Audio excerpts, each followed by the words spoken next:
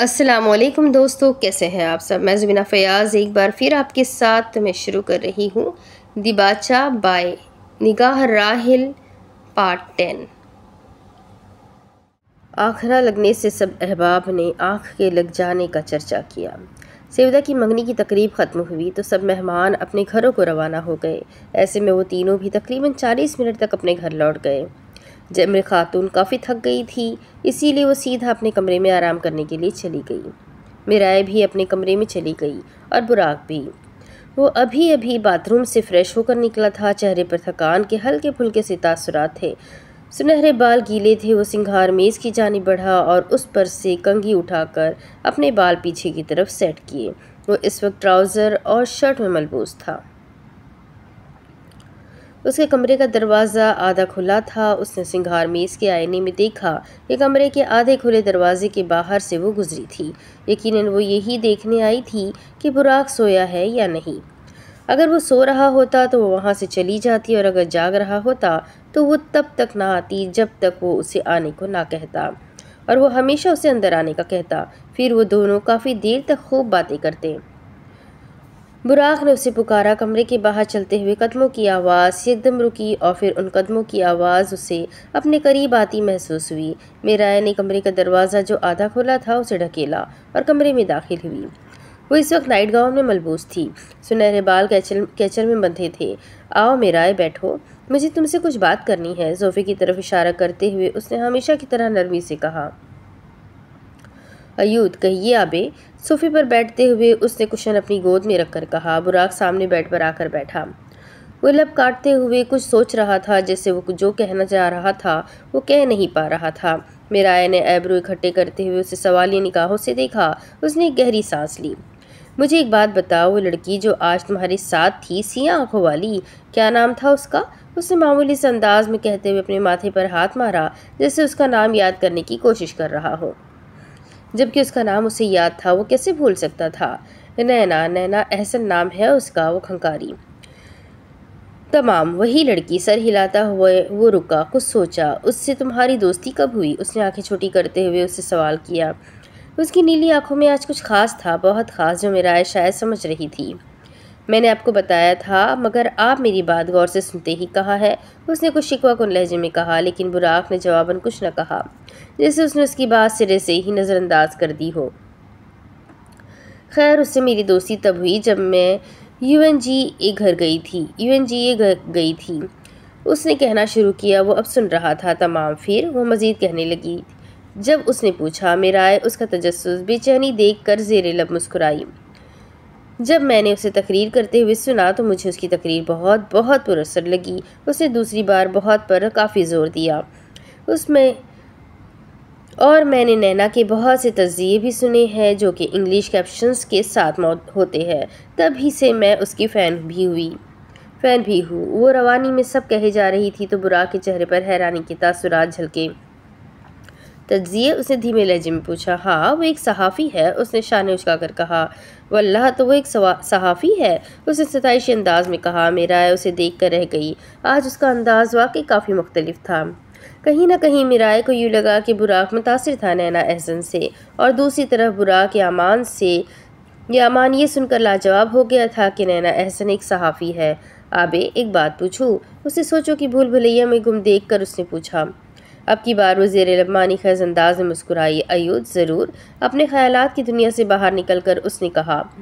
आप उसके बारे में इतना क्यों पूछ रहे हैं? और ये सवाल सुनकर वो थोड़ा चौंका। उसके आसाब तने। वो मिराए से इस सवाल की तौक़ा नहीं कर रहा था। मैं एक फ़ौजी अफसर हूँ और अपने इर्द गिर्द मौजूद हर शख्स की खबर रखना मेरा फ़र्ज़ है। उसने उसको दूसरी तरफ सोचने से रोकने की कोशिश करते हुए बात बनाते हुए काफ़ी फ़ख्र से कहा। मिराए ने हंसकर सर झटक दिया। बुराक थोड़ा मोहताज सा हुआ। क्या वाकई ये फ़र्ज़ है? उसने उसकी आंखों में झांकते हुए ऐब्रोज काकर पूछा। अयूद, है ये फ़र्ज़, और फ़र्ज़ से ज़्यादा ये मेरा उसूल है, उसने हमेशा की तरह साफ़गोई से कह डाला। मेरी और भी बहुत सी दोस्तें हैं, आपने उनके बारे में इतना कभी नहीं पूछा। उसने एक आंख दबाते हुए उसे छेड़ा। उसे जवाबन अपनी मुस्कुराहट दबाते हुए चेहरे पर मसनूई संजीदगी कायम की, और दूसरी तरफ मिराए के लब भरपूर मुस्कुराहट से फैल गए। अब मुझे नींद आ रही है, तुम जा सकती हो यहाँ से, उसने दरवाजे की तरफ इशारा करते हुए नागवारी से कहा। तमाम मैं चली जाती हूँ। वैसे आपको एक बात बता देती हूँ, ऐसा अरमंद रहेंगे आप मेरे। सोफे से उठते हुए उसने शाने उचकाकर कहा, कैसी बात? जल्दी बोलो, मेरे पास तुम्हारी फजूल बातों का वक्त नहीं है, उसने नाक से मक्खी उड़ाने वाले अंदाज में कहा। उसकी आंखें अब थकन के बाद कुछ बोझल हो रही थी। नैना की वो तकरीर जो उसने UNGA में की थी वो YouTube पर मौजूद है। तो उसने उसके थोड़ा करीब होकर सरगोशी करने वाले अंदाज में कहा और फिर लब दबाते हुए मुस्कुराई। बुराक के चेहरे पर एकदम कई तासुरात झलके, चेहरा सुर्ख हुआ। मेरा है, तुम यहाँ से जाती हो या नहीं? सोफे से कुशन उठाकर उसकी तरफ बढ़ाते हुए तंग आकर उसने थोड़ा बुलंद आवाज़ में कहा, जा रही हूँ, फिक्र ना करें आप। वो तेज़ कदमों के साथ भागते हुए मुस्कुराकर कह रही थी। दरवाज़ा बंद करने से पहले उसने पीछे मुड़कर उसे देखा और फिर मुस्कुराने लगी। बुराक ने हाथ में पकड़ा कुशन उसकी तरफ फेंका तो वो दरवाज़ा फ़ौरन बंद करके वहाँ से चली गई। कुशन दरवाजे से टकराकर फर्श पर गिर गया। पागल लड़की, कुशन फर्श से उठाते हुए वो ज़ेरे लब बड़बड़ाया और फिर बेड पर वापस आकर बैठा। एकदम उसके चेहरे पर एक खूबसूरत मुस्कुराहट बिखर गई और उसने मुस्कुराकर सर झटक दिया। बुराक के कमरे से निकलने के बाद उसके कदम जमरे खातून के कमरे की तरफ बढ़े थे। वो उनके कमरे के दरवाजे पर पहुंची। दरवाज़ा बंद था। उसने दरवाजे पर दस्तक दी। वो यकीनन अभी नहीं सो रही होगी, क्योंकि अगर वो सो रही होती तो उनके कमरे की बत्तियां बुझी होती। उसके दरवाज़ा खटखटाने पर जमरे खातून ने उसे अंदर से आवाज़ दी। उसने फ़ौरन दरवाजे का हैंडल घुमाया और कमरे में दाखिल हुई। कमरे की कुछ बत्तियां जल रही थी और कुछ बुझी हुई थी। जमरे खातून बेड के साथ टेक लगाए हुई थी, अपने ऊपर कंबल ओढ़ रखा था, हाथ में पकड़ी तस्बीह के दाने गिराए जा रही थी। मीराए उन्हें देखकर मुस्कुराई और आहिस्तगी से चलते हुए उनके पास बेड पर आकर दो जानों होकर बैठी। उसने कंबल थोड़ा सा अपने ऊपर को खिसकाया। जमरे खातून ने अब अपनी तस्बीह एहतराम के साथ चूम कर बेड की साइड टेबल पर रखी और उसकी तरफ मुतवज्जा हुई। उनके चेहरे पर हमेशा की तरह नर्म मुस्कुराहट कायम थी। क्या हुआ है मीराए? उन्होंने बात का आगाज़ किया। मीराए ने कुछ सोचा। वो नज़र झुकाए हुए कंबल पर उंगली से न जाने क्या नक्शो निगार बनाने में लगी हुई थी। आने, वो आज मैंने आपको नैना से मिलवाया था ना? उसने थोड़ा हिचकिचाकर कहा। तो ये सुनकर उनके चेहरे पर एकदम मुसर्रत की कई लहरें उभरी। हाँ, वो सियाह आँखों वाली लड़की, वो वैसे बहुत खूबसूरत थी। उन्होंने फ़ौरन खुशदिली से कहा तो उसने सर हिलाकर जैसे उनकी तायीद की। उनका अंदाज़ ऐसा था जैसे वो उसी मौजू पर बात करने के लिए बेताब हो। अय्यूद, वो खूबसूरत तो बहुत है, मैंने उसे हमारे घर बुलाया है, मगर मुझे नहीं लगता कि वो आएगी। उसने मुंह बनाते हुए अपने खदशे का इजहार किया। तुम फिक्र मत करो, मैं उससे बात कर लूँगी। वैसे मैं भी उसे बुलाना चाह रही थी, उन्होंने उसके गाल थपथपाते हुए कहा। मीराए उनकी आखिरी बात पर ज़रा सा चौंकी। क्यों? उसे अचंभा हुआ था। जमरे खातून जवाबन मानी खैज अंदाज में मुस्कुराई। तुमने अपने आबे को देखा था? मुझे तो देखते ही कुछ समझ आ गया था, उन्होंने मुस्कुराकर हाथ अपनी थोड़ी के नीचे लगाते हुए कहा। मीराए के चेहरे पर पहले ना समझी, फिर बेयकीनी, हैरत और फिर उसका चेहरा खुशी से दमक उठा। उसे यकीन नहीं आ रहा था कि वो जैसा सोच रही थी वैसा ही जमरे खातून भी सोच रही थी। आने, शायद आप सही कह रही है, मुझे भी कुछ ऐसा ही लगता है, उसने एक आंख दबाते हुए खुशगवार लहजे में कहा।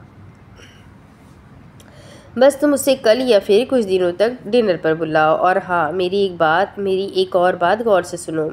ये कहते हुए वो थोड़ा आगे को हुई और धीमी आवाज़ में कहना शुरू हुई। मेरा खामोशी से उन्हें सुनने लगी। तारीख थी 7 मार्च 2022। चांद से मान सितारों ने कहा आखिर शब, कौन करता है वफा अहद वफा आखिर शब। रात की तारीकी में चांद की रोशनी किसी जुगनू की मानी चमक रही थी। उफ़क़ साफ था, बादल बहुत ही हल्के हल्के से छाए थे। महताब की ये रोशनी पुरकशिश होने के साथ साथ बहुत गहरी भी थी, जैसे उसमें कई राज दफन हों। ये मंजर था उसी महल जैसे घर का जिसकी सीढ़ियाँ सुर्ख कालीन से ढकी थी। वहाँ हर तरफ अंधेरा सा छाया था, तमाम बत्तियाँ बुझी थीं, खिड़कियों पर पर्दे गिरे थे। अंधेरे के साथ साथ इर्द गिर्द खामोशी ने भी अपने कदम जमाए हुए थे। अचानक इस खामोशी में किसी ने खलल पैदा किया। इस महल नुमा घर का दाखिली दरवाज़ा ढकेल कर वो तेज़ कदमों के साथ अंदर दाखिल हुआ। इस वक्त वो सियाह जीन्स और सफ़ेद शर्ट जिसकी आस्तीनें मुड़ी हुई थी उसमें मलबूस था। वो अकेला नहीं आया था यहाँ, उसके पीछे वो सुरमई आँखों वाला हैंडसम सा लड़का एरन भी था। वो सीधा ड्राइंग रूम में गया, बुझी हुई बत्तियां जलाई और सोफे पर टांग जमा कर बैठ गया। उसके सामने वाले सोफे पर एरन भी टांगों की कैंची बनाकर बैठा। मिरात, मुझे अब यकीन हो गया है कि तुम वाकई मास्टरमाइंड हो। एरन ने हमेशा की तरह बात की शुरुआत उसकी तारीफ से की। मिरात गर्दन सोफे की पुश्त से टिकाए एक गहरी सांस लेकर मुस्कुराया और गर्दन सीधी करके एरन को देखा जो उसे ही देख रहा था। तमाम, लेकिन तुम अभी भी मुझे अच्छे से नहीं जानते। हाथ से इशारा करते हुए उसने आईब्रो झुकाकर कहा। वो क्यों? उसे सवालिया निगाहों से देखते हुए उसने पूछा। बस तुम्हें जल्दी मालूम हो जाएगा। मिरात ने फातिहाना अंदाज में शाने उचकाए। एरन ने मुस्कुराकर सर झटका। चंद लम्हे कुछ सोचा। मिरात ने अपनी जेब से सिगरेट निकाली और एरन को पेशकश की। उसने सीधा उसकी ये पेशकश मुस्तरद कर दी। उसने बुरा ना माना। मैं सोचता हूँ कि जब बुराक को पता चलेगा कि तुम यानी मिराज जिंदा है तब वो क्या करेगा? उसने इस्तेज़ा से मुस्कुरा कर पूछा। वो दिन भी बहुत नज़दीक है जब उसे मेरे बारे में मालूम हो जाएगा। सिगरेट का एक गहरा कश लेकर उसने धीमे लहजे मगर मानी खैज अंदाज में जवाब दिया। एरन ने इस बात में सर हिला दिया और फिर वो दोनों कुछ देर आपस में बातचीत करते रहे। आगे के लायहा अमल की तैयारी के मुतालिक गुफ्तगू। ओ नूर की हदायत पर गौर व फिक्र। फिर एरन ने मौदबाना अंदाज में जाने की इजाज़त मांगी। मिरात ने हाथ से इशारा करके उसे जाने का कहा। वो सर को खम देता हुआ वहाँ से जाने लगा। उसके जाने के बाद मिरात कुछ देर तक ड्राइंग रूम में ही बैठा रहा। सिगरेट के कई कश भरे चेहरे पर भी कोई तासुर जन्म लेता तो कभी कोई तासुर जैसे कर्ब, तकलीफ, गुस्सा, दुख और न जाने क्या क्या। उसने हाथ में पकड़ी सिगरेट सामने रखी शीशे की मेज़ पर फेंकी। चंद लम्हे सुलगते बुझते अंगारे को देखता रहा और फिर एक लंबी सांस अंदर खींचकर सोफे से उठा। लाउंज से निकलकर वो तेज़ कदमों के साथ सीढ़ियों की तरफ गया। इन्हीं तेज़ कदमों के साथ सीढ़ियाँ चढ़ने के बाद वो बाएं जानिब गया जहाँ उसका बेडरूम था। बेडरूम के दरवाजे का हैंडल घुमाया, दरवाज़ा ढकेला, कदम कमरे के अंदर बढ़ाए। हर सू तारीकी ही तारीकी थी, जैसे बिल्कुल जैसे उसका दिल तारीक हो चुका था। उसने कमरे की सारी बत्तियां जलाई। इस वसी और शानदार बेडरूम में हर सू तेज सफ़ेद सी रोशनी फैल गई, लेकिन ये रोशनी थी तो मसनूई ही, जो उसके दिल की तारीकी को नहीं ख़त्म कर सकती थी। उसने कमरे में इर्द गिर्द एक निगाह दौड़ाई और फिर कमरे का दरवाज़ा बंद कर दिया। जीन्स की जेब से अपना मोबाइल निकाल कर बेड के साइड टेबल पर रखने के बाद वो सिंगार मेज़ की जानिब बढ़ा। सिंगार मेज़ के आईने में खुद को देखा और ज़ेर लब मानी खैज़ अंदाज में मुस्कुराया। आईने में उसका खूबसूरत वजूद आश्कार हो रहा था। माथे पर बिखरे सियाह बाल, सियाह आँखें, सफ़ेद रंगत, हल्की सी बड़ी हुई शेव दराज कद। वो अब अपनी थोड़ी को धीरे से सहलाते हुए आईने में देख रहा था। ये वही चेहरा था जिसे अहमद अल्प अच्छे से पहचानता था। उसका दोस्त, उसका साथी फ़रेब। वो क्या कहते हैं? फ़रेब के बारे में सबसे ज़्यादा अफसोसनाक बात यह है कि ये कभी दुश्मनों की तरफ से नहीं पहुंचता, ये तो अपनों की तरफ से ही पहुंचता है। आखिर वो फ़रेब ही क्या जो अपनों की तरफ से ना मिले। और अहमद के साथ साथ ये चेहरा बुराक यामान भी बहुत अच्छे से पहचानता था। उसकी मुस्कुराहट के पीछे एक धोखेबाज दिल था। उसकी सियाह आँखों में वफादारी फना थी, बिल्कुल फना।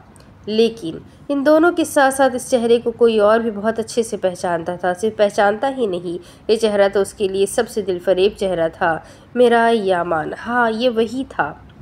बुराक यामान और अहमद अल्प का साथी और मेरा यामान का सब कुछ। उसके कानों में एकदम इन खोखले वादों की आवाज़ गूंजी जो उसने मेरा यामान से किए थे। तनफ्फुर से मुस्कुराया और सिंगार मेज़ पर थोड़ा आगे को झुका, मुठ्ठियाँ भींच ली, आंखों में सुर्खी उतर आई। बुराक, तुम वाकई बहुत बेवकूफ़ हो। एल्दार रज़जान यानी मिरात काराबे ने खुद को आईने में देखते हुए ज़ेरे लब कहा और फिर फातिहाना अंदाज में कहा लगाकर हंसने लगा। तारीख थी 1 जनवरी 2022। आज बादल आफताब को ठीक से चमकने का मौका नहीं दे रहे थे। सुबह के सुनहरे रंग सुरमई पड़ गए थे। हल्की सी ठंडी हवा भी हर सू लहरा रही थी। ये मंजर था एक खुफिया इमारत का जो तुर्की के एक जंगल में इस तरह से बनाई गई थी कि वहां तक पहुंचना नामुमकिन था, क्योंकि उस इमारत को बहुत से दरख्तों के पत्तों ने ऊपर से ढका हुआ था। इमारत के ऊपर मिट्टी जमी हुई थी जैसे यहाँ सदियों से कोई ना आया हो। मकड़ी की कई जाले भी इस इमारत पर सो रहे थे। दरख्तों की शाखों पर बैठे परिंदे चहचहा रहे थे। उनकी धीमी मौसीकी के नाजुक धागों की तरह हवा में रक्स कर रही थी। उसके साथ साथ हल्की हवा के झोंके पत्तों की सरसराहट का बाज बन रहे थे। करीब एक छोटी सी नदी हमवार पत्थरों के ऊपर से गड़गड़ा रही थी।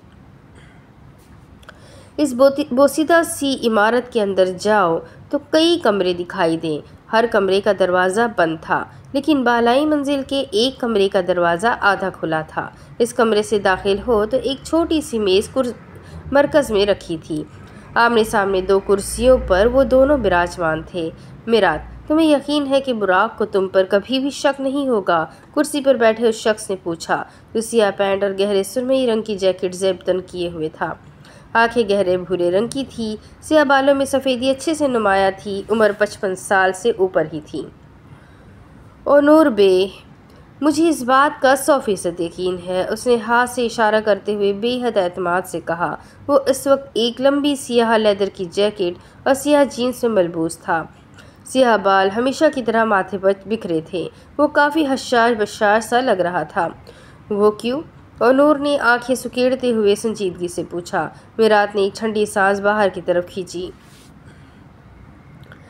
क्योंकि मुझे उसके साथ काम करते हुए 2 साल हो गए और वो अब तक ये नहीं जान पाया कि मैं एल्दार अज़जान ही कारा बेग का बेटा मिरात हूँ।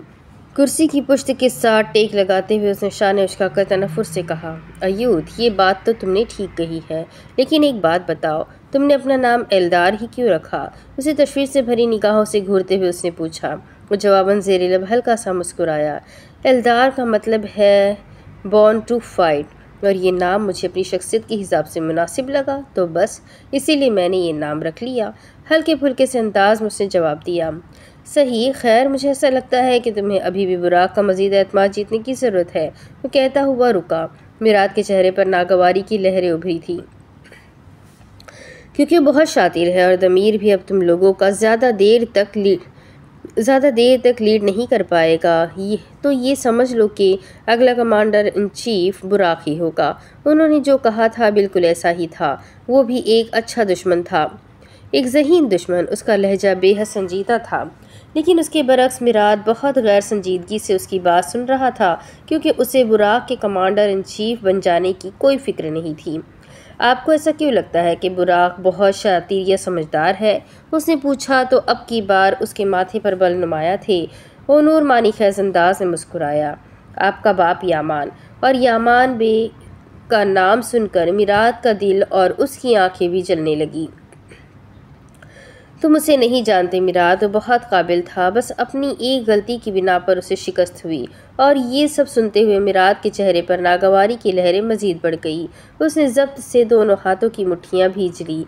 तुम ये दुआ करो कि बुराक भी वही गलती करे, क्योंकि मुझे बुराक में यामान का ही अक्स नज़र आता है। और नूर ने अपनी बात मुकम्मल की तो उसकी आंखों में खौफ, अंदेशे और परेशानी खूब वाज़ेह थी।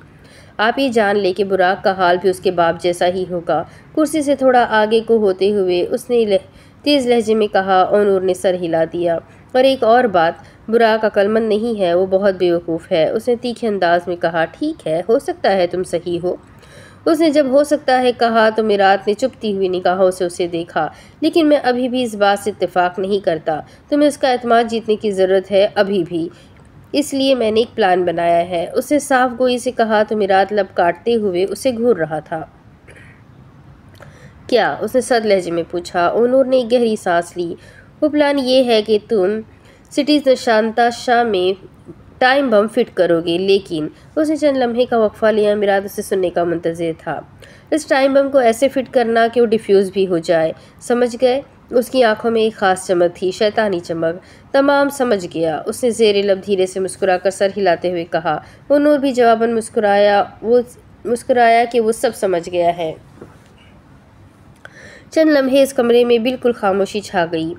इस कमरे में दीवार पर 2 छोटी सी खिड़कियां बनी थी, जिनमें से गुजरती ठंडी हवा की आवाज़ खामोशी में ज़रा सा खलल पैदा करती।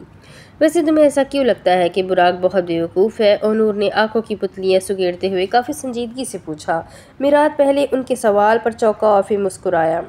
आप जानते हैं कि बुराक की एक बहन भी है। अब की बार उसका अंदाज काफ़ी मुख्तलिफ था और नूर के चेहरे पर सोच की लकीरें नुमाया थी। हाँ, मैं जानता हूँ। क्यों? इस मामले से उसका क्या लेना देना? उसने तेज़ लहजे में पूछा। मिरात ने सर कुर्सी की पुश्त से टिकाया। एक सर्द मुस्कान उसके चेहरे पर फैल गई। फिर सर उठाकर वो नूर को देखा जो उसे सवालिया निगाहों से घूर रहा था। उसकी बहन किसी को बहुत चाहती है, वो उसके लिए अपनी जान तक दे सकती है। वो लब काटते हुए अपना एक एक लफ्ज़ चबा चबा कर कह रहा था, मगर अफसोस।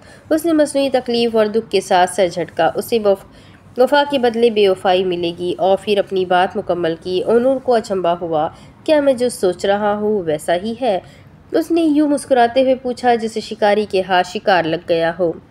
अयूत, ऐसा ही है। बुराक की बहन मेरा यामान जिस शख्स की मोहब्बत में गिरफ्तार है वो मैं ही हूँ, एल्दार अज़जान यानी मिरात काराबे। उसने शाने चौड़े करते हुए बेहद तनफ़ुर से कहा। ये सुनकर ओनूर का बेसाख्ता कहकहा निकल आया। वो हंसते हुए मिरात को सताइशी निगाहों से देख रहा था, जैसे उसे मिरात पर बहुत फ़ख्र हो रहा हो। हालांकि औरत के साथ खेलने पर फ़ख्र करने जैसे कोई बात नहीं होती। हम नहीं जानते, ये नहीं जानते, है खबर दर खबर बेखबर ज़िंदगी। है कहीं सैकड़ों एकड़ों का महल और कहीं एक कमरे का घर ज़िंदगी। और नूर से मुलाकात करने के बाद वो अपने घर लौटा। उफ़क़ पर बादलों के साए मज़ीद गहरे हो चुके थे। वो दोनों के रंग गहरे सुरमई थे। इर्द गिर्द मचलती हवा अब मज़ीद तेज़ हो चुकी थी। ये मंजर वही महल जैसे घर का था, लेकिन शायद ये घर उसके लिए महल होने की बजाय एक कैद खाना था, यादों का कैद खाना। वो घर में दाखिल हुआ। बाहर 2-3 बावर्दी गार्ड्स खड़े थे। उसका मुअद्दिब अंदाज में इस्तकबाल किया। फिर वो दोबारा अपनी अपनी जगह संभाल ली। वो सीधा अपने बेडरूम में गया। उस घर में उसके अलावा और कोई ना रहता। उसका कोई था ही कब? बेडरूम का दरवाज़ा बंद करने के बाद वो थके थके से अंदाज में बिस्तर पर ढह गया। कमरे में इर्द गिर्द एक सरसरी सी निगाह दोहराई। उसकी चंद बत्तियां जली थी और चंद बुझी थी। उसकी नज़र पहले सिंगार मेज़ की जानी बढ़ी, जिसमें उसे बिस्तर पर पड़ा अपना वजूद दिखाई दे रहा था। और फिर उसकी निगाह सिंगार मेज़ से कुछ ही फासले पर रखी एक छोटी सी मेज़ की जानिब बढ़ी। उस मेज़ पर एक म्यूज़िक बॉक्स पड़ा था। उस म्यूज़िक बॉक्स को देखकर हमेशा की तरह उसकी आंखें नम हो गई। चेहरे पर जख्मी से और बिखरे बिखरे से तासुरात उभरे। वो बेड से धीरे से उठा, तेज़ कदमों के साथ उस छोटी सी मेज़ की जानिब बढ़ा। उस पर से वो म्यूज़िक बॉक्स अपने हाथ में लिया। चंद लम्हे उसे खामोशी से जख्मी निगाहों से देखता रहा। उसने म्यूज़िक बॉक्स ऑन किया। म्यूज़िक की धुन हर सो रक्स करने लगी। उसे अपने गले में एकदम एक गिल्टी सी महसूस हुई। उसने म्यूज़िक बॉक्स मेज़ पर वापस रखा। म्यूज़िक अभी भी जारी थी। वो अब कमरे की अलमारी की जानिब बढ़ा। अलमारी का दरवाज़ा खोलते ही उसने ऊपर वाले खाने में हाथ मारा। उसमें से एक फ़ोटो एल्बम निकाला। चंद लम्हे उसे देखा। उसकी निगाहों में कर्ब, तकलीफ, ज़ख्मीपन, दुख सब कुछ था। उसकी सियाह आंखें गुलाबी से सुर्ख हो चुकी थी। वो फ़ोटो एल्बम दोनों हाथों में थामे बिस्तर पर आकर ढह सा गया। एक गहरी सांस लेने के बाद फ़ोटो एल्बम खोला। शुरू में तस्वीर एक छोटे से बच्चे की थी, जिसकी आंखें और बाल सियाह थे। चेहरा साफ और शफाफ सा था। मिरात अपने बचपन की तस्वीर देखकर हमेशा की तरह जख्मी से अंदाज में मुस्कुराया। उसके बाद सफ़ा पलटा। अब की बार आने वाली तस्वीर एक मुकम्मल ख़ानदान की थी। एक बड़ी सियाह आँखों वाली खूबसूरत औरत ने उस छोटे बच्चे का हाथ थामा हुआ था। उनके साथ में वो शख्स भी खड़ा था, जिसकी आंखें सुनहरे रंग की थी, बाल घुंघरियाले थे। एल्दार उस तस्वीर में मुस्कुरा रहा था। और सिर्फ वही नहीं, उसका हाथ थामे वो औरत, उसकी माँ दिलारा खानम भी मुस्कुरा रही थी। दिलारा खानम के बाल कंधों तक आते और बिल्कुल सीधे थे। उनके बालों का रंग एल्दार के बालों की तरह ही सियाह था, लेकिन काराबे के बालों का रंग इन दोनों से कदरे मुख्तलिफ था। उसके बाल हल्के भूरे रंग के थे। इस तस्वीर में काराबे भी मुस्कुरा रहा था। ये तस्वीर एक मुकम्मल ख़ानदान की थी। वो एक के बाद एक सफ़ा पलटता गया। उसके साथ साथ उसकी सियाह आंखें भर आई। उसने एकदम फ़ोटो एल्बम बंद किया और बिस्तर पर एक धीरे से रखा। बेड की पुश्त के साथ गर्दन टिकाई और आंखें बंद कर ली। जिस्म यहाँ था, मगर रूह कई साल पहले का सफ़र तय करने लगी। कई सूरज तुलू हुए तो कोई सूरज गुरूब। बिछड़ने की अजियत को अगर तुम जानना चाहो तो कुछ पल को ज़रा ये सांस अपनी रोक कर देखो। तुम्हें महसूस ये होगा बिछड़ना मौत जैसा है। और फिर ये वक्त वहाँ आकर रुका जब आफताब की किरणें उफ़क़ पर छाए रुई की मानिंद बादलों के बास खुलकर कहीं नहीं फैल नहीं पा रही थी। ये मंजर उस सफ़ेद पोश इलाके का था जिसके एक मामूली से घर के ड्राइंग रूम में वो 15 साल का लड़का बहुत डरा और सहमा हुआ खड़ा था। उसके सियाह बाल माथे को छू रहे थे, सियाह आंखें गुलाबी हुई पड़ी थी। वो आधी आस्तीनों वाली टी शर्ट और जीन्स में मलबूस था। हाथ में एक म्यूजिक बॉक्स पकड़ रखा था जिस पर चलती धुन ड्राइंग रूम में हर सू रक्स कर रही थी। मिराज, तुम्हें जब भी ऐसा लगे कि तुम अकेले हो, तुम उस वक्त ये म्यूजिक बॉक्स ऑन कर लेना। जहाँ तक इस म्यूजिक की आवाज़ पहुँचेगी वहाँ मैं रहूँगा। मिराज के जहन के पर्दों पर अपने वालिद काराबे की कही गई बात घर कर गई थी। इसी वजह से वो ये म्यूजिक बॉक्स ऑन किए हुए था। माहौल में रक्स करती म्यूजिक बॉक्स की धुन के साथ एक और आवाज़ भी शामिल थी जो दरअसल उस म्यूजिक बॉक्स से नहीं आ रही थी। वह आवाज़ कुछ ही कदमों के फासले पर मौजूद बेडरूम से आ रही थी। दिलारा खानम की चीखने की आवाज़ एकदम मज़ीद गूंजी तो उसने लरस कर आंखें मूंद ली। कुछ ही कदम आगे बढ़ा तो वो छोटा सा बेडरूम आता जिसका दरवाज़ा थोड़ा सा खुला था। उसमें से निगाह दौड़ाओ तो अंदर का हौलनाक मंजर साफ वाज़ेह हो जाए। मत मारो मुझे लतफ़ीन, प्लीज़। वो औरत सिसकी, फर्श पर गिरी। वो औरत दिलारा खानम ही थी, लेकिन उनके यूँ सिसकने इल्तिजा करने के बावजूद भी उनके सामने खड़े उन दो नकाबपोश अफराद ने उन पर रहम न किया। उन नकाबपोश अफराद में से एक शख्स पंजों के बल फर्श पर उनके सामने बैठा था और उनके यूँ इल्तिजा करने पर उसने उन अनगिनत थप्पड़ उनके नाजुक चेहरे पर दे मारे। उनके रुखसार सुर्ख पड़ गए। वो सिसकती रही। वो अपनी माँ के सिसकने की आवाज़ सुन सुन कर लरसता रहा। वो नकाबपोश आदमी फर्श पर से उठा। दो तीन गहरी सांसें ली यूँ कि उसका हाथ खुद भी उसे मार मार कर थक गया हो। उसने अब की बार फर्श पर गिरी एक टूटी हुई लकड़ी उठाई। ये लकड़ी किसी कुर्सी टूटने की वजह से उससे अलग हुई थी और वो कुर्सी तब टूटी थी जब उसी नकाबपोश आदमी ने चंद लम्हे पहले तैश के आलम में यहाँ मौजूद कुर्सी पर एक जोरदार लात मारी थी। इन दोनों नकाबपोश अफराद की आंखें खबासत और जुल्म से चमकी। हाथ में थामी उस टूटी हुई लकड़ी को अब उसने मज़ीद मजबूती से हाथ में दबाया और फिर उसने फर्श पर गिरे उस नाजुक वजूद पर उस लकड़ी से हमला शुरू कर दिया। उस वजूद में बिल्तिजा करने की भी हिम्मत बाकी न थी। कमरे से बाहर खड़े उस मासूम से बच्चे के कानों में अपनी माँ पर तशद्दुद करने की आवाज़ें गूंज रही थी। उसे लग रहा था जैसे उसके कानों में उबला हुआ शीशा डाला जा रहा हो। बताओ हमें, कहाँ है वो? उस नकाबपोश आदमी ने अब वार करना रोका, मगर हाथ में वो टूटी हुई लकड़ी अभी भी मौजूद थी। उसका सांस फूल रहा था। मैं नहीं जानती, मुझे छोड़ दो लतफ़ीन। चंद लम्हे बाद उसने दबी दबी आवाज़ में जवाब दिया। उस नकाबपोश आदमी को मज़ीद गुस्सा आया। उसने अब की बार लकड़ी पर अपनी गिरफ्त मज़ीद मजबूत की उनके नाजुक जिस्म पर उस लकड़ी से वार तेज़ नहीं बहुत तेज़ कर दिए। मिराज फर्श पर ढह गया। म्यूज़िक बॉक्स भी उसके हाथ से छूटकर फर्श पर गिरा, लेकिन उसका म्यूज़िक चलता रहा। बताओ हमें, काराबे कहाँ है? अब की बार उस शख्स ने वो लकड़ी एक तरफ को फेंक कर कहा। दिलारा खानम की सी आंखें बरस बरस कर सुर्ख हो चुकी थी। उसने तकलीफ से चेहरा उठाकर उन दो नकाबपोश अफराद को देखा। मैं नहीं जानती, वो लब कुचलते हुए तकलीफ से गुर्राई। उस शख्स का सांस मज़ीद फूलने लगा और उसने एक बार फिर उस पर वार करने के लिए अपना हाथ उठाया तो वो ऐसा कर न सका। रुक जाओ, मत मारो उसे। उसके साथ खड़े दूसरे नकाबपोश आदमी ने उसका हाथ रोकते हुए कहा। क्यों? उसने उसे सवाले निगाहों से देखा। दिलारा खानम की आंखों में भी नासमझी की लहरें उभरी और एक उम्मीद भी कि शायद वो नकाबपोश अफराद यहाँ से अब चले जाए, क्योंकि उसकी अब ज़रूरत नहीं, काराबे मिल चुका है। इस शख्स ने मोबाइल पर किसी का मैसेज पढ़ते हुए कहा और फिर उसने आईब्रो झुकाकर दूसरे नकाबपोश शख्स को आँख से इशारा किया। उसका इशारा समझकर उसने इस बात में सर हिलाया और फिर उसने अपनी पैंट की जेब से पिस्तौल निकाली। दिलारा खानम का दिल ये देखकर डूबने लगा। उसने फर्श पर से उठने की कोशिश की। वो उन्हें ये करने से रोकना चाहती थी। उस नकाबपोश शख्स ने पिस्तौल उसकी तरफ बढ़ाई। उसने हिरासत सी निगाहों से उसे और उसके हाथ में मौजूद पिस्तौल को देखा। चंद लम्हे बाद ही उस शख्स ने पिस्तौल का ट्रिगर दबाया और तब ही सिर्फ कमरे में ही नहीं बल्कि पूरे घर में तो भयानक आवाज़ गूंजी, जिसको सुनकर मिराज लरस कर फर्श पर से उठा। उसके सामने की दुनिया यकदम गायब होने लगी, जिसमें कपकपा रहा था। दिलारा खानम फर्श पर निढाल होकर गिर गई। दिल की धड़कनें आहिस्ता आहिस्ता बंद होने लगी। आंखें भी बंद हो रही थी। वो सिर्फ मिराज को अपनी दबी दबी सी आवाज़ में पुकार रही थी। उस नकाबपोश आदमी ने गोली पैंट की जेब में वापस अड़सी और दूसरे नकाबपोश शख्स के साथ बेडरूम से बाहर निकला। बेडरूम से बाहर निकलकर ही ड्राइंग रूम आ जाता। वहाँ वो छोटा लड़का खड़ा था जिसकी सी आंखें अब उन दो नकाबपोश अफराद को देख रही थी। उसकी आंखों में बहुत कुछ था।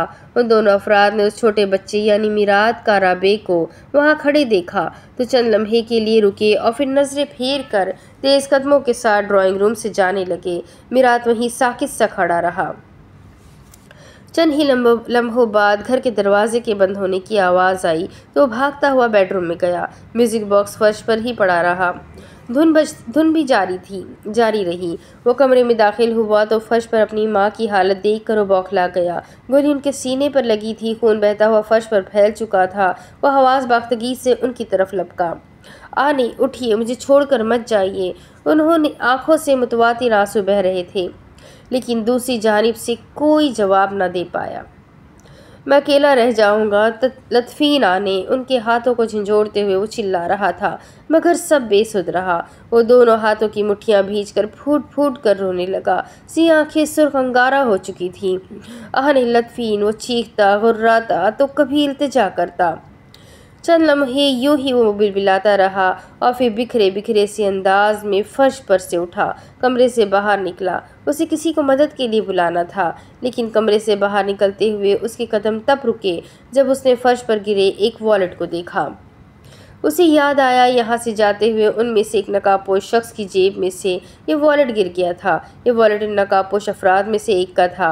वो फर्श पर घुटनों के बल बैठा। वो वॉलेट उठाया। उसे दरश्ती और चुपती हुई निगाहों से चंद लम्हे तका और फिर वो वॉलेट खोला। वॉलेट में मौजूद आईडी कार्ड और बाकी अशिया देखने के बाद उसे मालूम हो गया कि ये वॉलेट किसका था। एक फौजी अफसर यामान बे जो उसके लिए एक जालिम और कातिल थे। मिरात को मालूम हो गया कि उन दो नकाबपोश अफराद में से एक शख्स यामान बे थे यानी उसकी माँ की कातिल। उसने सबसे मुट्ठियाँ और लब भीजी। उसने वो वॉलेट अपने कमरे में जाकर छुपा दिया और फिर किसी को मदद के लिए बुलाने के लिए घर से बाहर निकला। मदद मिलने के बाद दिलारा खानम को अस्पताल ले जाया गया। उसे उम्मीद थी कि कुछ न कुछ हो जाएगा लेकिन तब तक बहुत देर हो चुकी थी। वक्त उनके लिए ख़त्म हो चुका था। उनका सफ़र अपने इख्तिताम को पहुंच गया था। दिलारा खानम इस दुनिया से हमेशा हमेशा के लिए रुखसत हो गई थी। दिलारा खानम की मौत की खबर सुनकर मिरात के दिल में यामान बे के लिए नफरत, दरिश्ती, सख्ती, बदले की आग और न जाने किस किस मनफी एहसास और जज्बे ने जन्म लिया था। अस्पताल में जब उसे अपनी माँ की मौत की खबर मिली तो वो खामोश आंसू बहाता रहा। दिलारा खानम को अस्पताल लाने में उसकी मदद एक मौजिज़ शख्स बुरकान आगा ने की थी और उसके पड़ोस वाले घर में ही अपने ख़ानदान के साथ रिहाइश पजीर थे। यू के काराबे से उनकी काफ़ी अच्छी सलाम दुआ थी। मिरात ने उनसे मुतालबा किया कि वो किसी तरह से काराबे को यहाँ बुलाए। उन्होंने काराबे के बारे में मालूम करवाया तो कुछ ही देर बाद उसकी खबर मिल गई। मिरात के दिल में बदले की आग मज़ीद तब भड़की जब बुरकान आगा ने उसको ये खबर दी कि उसके वालिद काराबे को भी कत्ल कर दिया गया है मगर ये मालूम नहीं हो सका कि काराबे को किसने कत्ल किया। लेकिन मिरात को यकीन था कि काराबे का कत्ल यामान बे ने ही किया था। उस दिन वो अस्पताल में अपनी माँ के मुर्दा जिस्म के पास बैठे मुट्ठियाँ भींच कर आंसू बहाता रहा। वो दिल बर्दाश्ता होकर चीखा चिल्लाया भी नहीं, बस खामोशी से अश्क बहाता रहा। लेकिन दिल ही दिल में उसने खुद से एक अहद कर लिया था। वो आखिरी मर्तबा रोया था आज। इसके बाद वो कभी नहीं रोएगा बल्कि रुलाएगा। अब इसके आगे की स्टोरी मैं आपको अगले वीडियो में सुनाती हूँ कि आगे क्या होगा। बहुत इंटरेस्टिंग नावल है। एक्शन, रोमांस और न जाने क्या क्या, मिस्ट्री, सस्पेंस, सब कुछ अवेलेबल है। आई होप आप सबको भी सुनने में मज़ा आ रहा होगा। तो जल्दी से वीडियो को लाइक करें, चैनल को सब्सक्राइब करें, बेल आइकन को ज़रूर दबा दें। मिलते हैं अगले वीडियो में, तब तक के लिए अपना खूब सारा ख्याल रखें, मुझे भी दुआ में याद रखिए। अल्लाह हाफ़िज़।